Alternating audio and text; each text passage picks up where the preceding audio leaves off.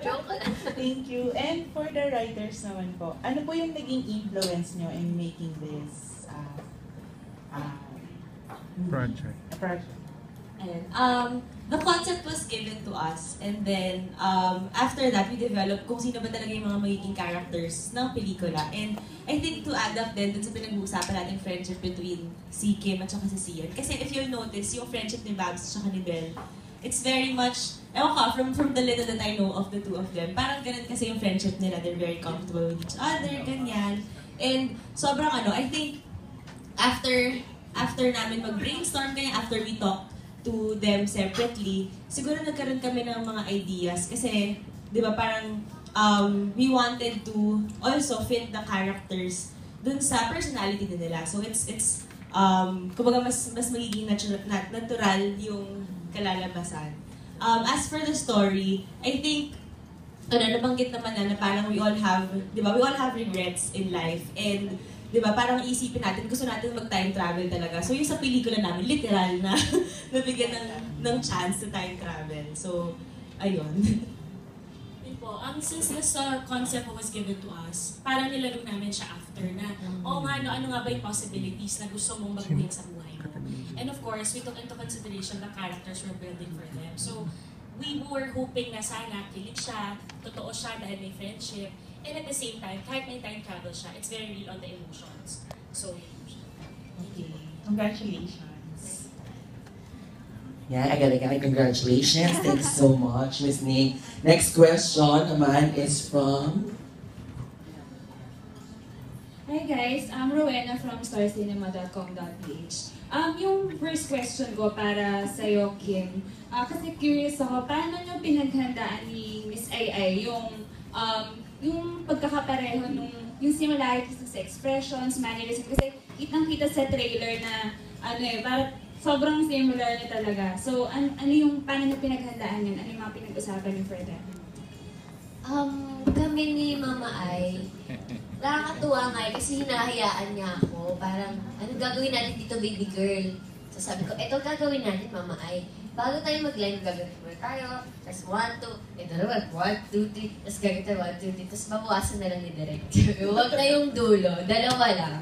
So mga ganun. So hinahayaan niya ako yung mga expression namin. Tapos gagayahin niya. Tapos babawasan, i-edit na lang ni Direct. Tapos yung parang ganun. Parang paras kayo, may bilang kami. 1, 2, 3. Ganun. 1, 2, 1, 2, 3. Ganun. Alright. Ito naman, medyo malalim lang ng konti.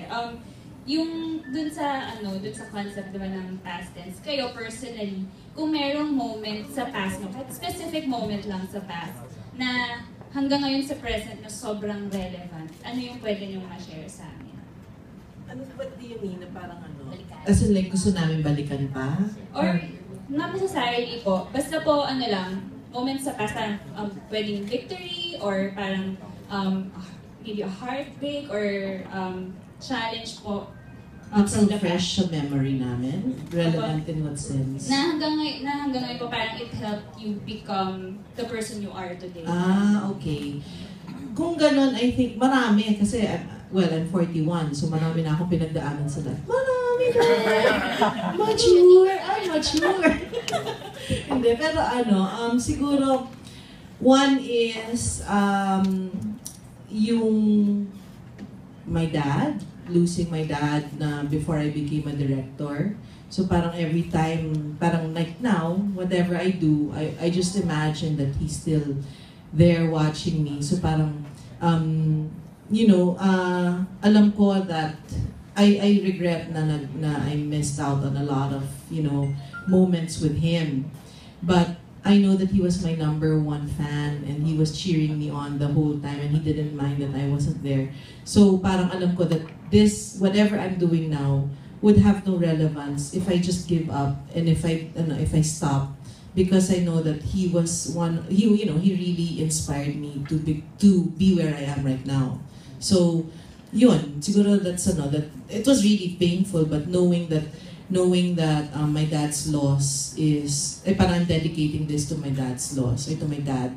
Yun, siguro that's one. And then of course, mistakes in life, you live and you learn. Parang maraming little things eh. The little things are the big things. So the little mistakes that you've made, that I've made in the past, make up for the big changes in my life. It's hard to enumerate all these eh. Pero I think yun, siguro given that I've made a lot of mistakes na before, ang hirap nang i-share lahat. Baka hanggang bukas tayo. Hanggang showing na. Oo, showing na, hindi pa tapos. Ito sa mga bagets, ano sa inyo? One mistake, Kanin. para sa akin, one mistake I made was back in high school. Nung making a transition from junior varsity to varsity basketball. Kasi there's a lot to take away from that. Kasi nung junior varsity ka, you get all the privileges. You get to be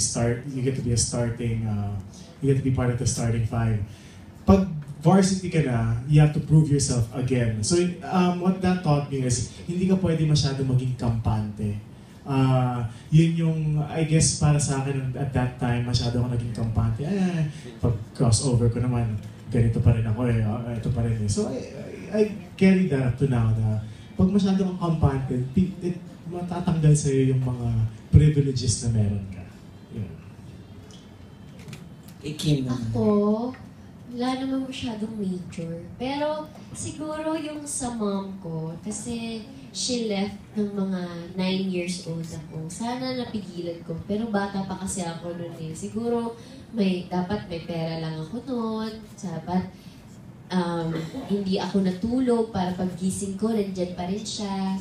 Yung gano'n nakasama ko pa rin siya, nag-beg ako na sana, huwag ka nang umalis, okay lang tayo, ganyan. Yun lang naman yung isang bagay na niregret ko. Pero other than that, parang, ano pa ba? Hindi, wala. Sa lahat ng mga nangyari sa life, it's part na yan ng destiny mo for you to be a better person today. Diba? Sa lahat ng mga sakuna, sa lahat ng mga tao, dapat ng mga unos, pabagyo, sa lahat ng mga tao na naging part ng past mo, you have to thank them. Kasi hindi ka magiging ano ngayon, hindi ako magiging ganito ngayon kung hindi dahil sa kanila. Candidate number 21. Yukon. Pageant. Thank you so much. Candidate number 1. Thank you rin, madam. And next question.